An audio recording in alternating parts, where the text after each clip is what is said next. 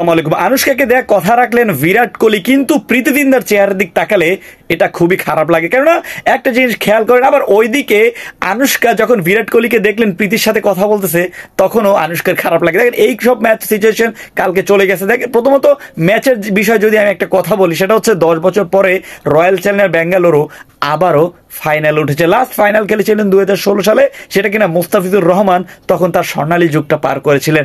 এখন কথা হচ্ছে ভাই, এই যুগে এসে বিরাট কোহলির এক্সাইটমেন্ট দেখে যে কেউ বলবে হয়তোবা ছেলেটা পাগল হয়ে গিয়েছে। আর কেনই বা পাগল হবে না, যেহেতু 10 বছর পরে যখন ফাইনাল উঠবে এবং আরসিবি এখন পর্যন্ত কোনো ট্রফি জিততে পারে না, এই 18-19টা অডিশন হয়ে যায়।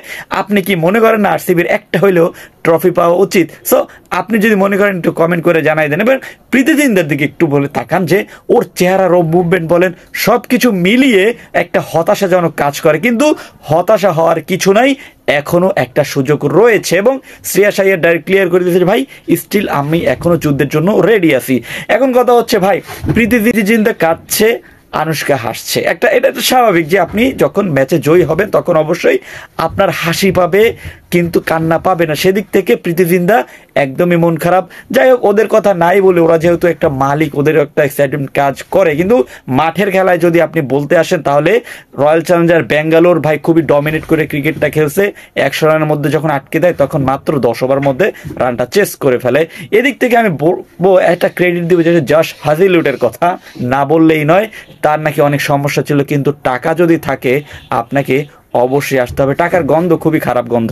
সো এটা আপনি যদি মনে করেন একটু কমেন্ট করে জানান। এবং আরসিবি কে চ্যাম্পিয়ন হবে, আমি জাস্ট ডাইরেক্ট বলে দিই কে চ্যাম্পিয়ন হবে। এবার যেহেতু বৃন্দাবন গিয়েছিলেন বিরাট কোহলি, সেহেতু ওই বৃন্দাবনে যাওয়ার একটা তো পাওয়ার আছে। সো সেই পাওয়ারে হয়তো বা বেঙ্গালুরু চ্যাম্পিয়ন হতে পারে। কিন্তু আমি যদি ব্যক্তিগতভাবে সাপোর্টার, সেটা হচ্ছে প্রীতির পাঞ্জাব কিংস, কারণ ওরাও কিন্তু এখন পর্যন্ত অ্যাটলিস্ট ফাইনালও কম খেলছে, এখন পর্যন্ত চ্যাম্পিয়নও হয় নাই। সো আপনি কোন দলকে সাপোর্ট করেন, ইভেন কোন দল চ্যাম্পিয়ন হবে বলে মনে করেন, একটু কমেন্ট করে জানিয়ে দেবেন। ধন্যবাদ।